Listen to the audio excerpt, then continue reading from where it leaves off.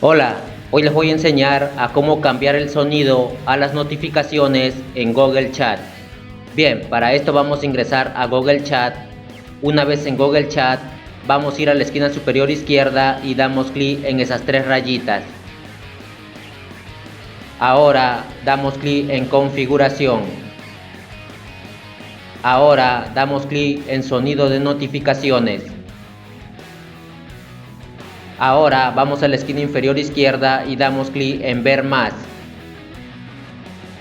Ahora bajamos y damos clic donde dice sonido. Y aquí vamos a elegir una de estas opciones. Si deseas, das clic donde dice agregar notificación y agregas un audio que tienes en el dispositivo. Una vez encuentras el audio, das clic sobre él y se agregará. En este caso yo no voy a hacer, voy a retroceder. Y aquí voy a elegir una de estas opciones. Voy a elegir Element.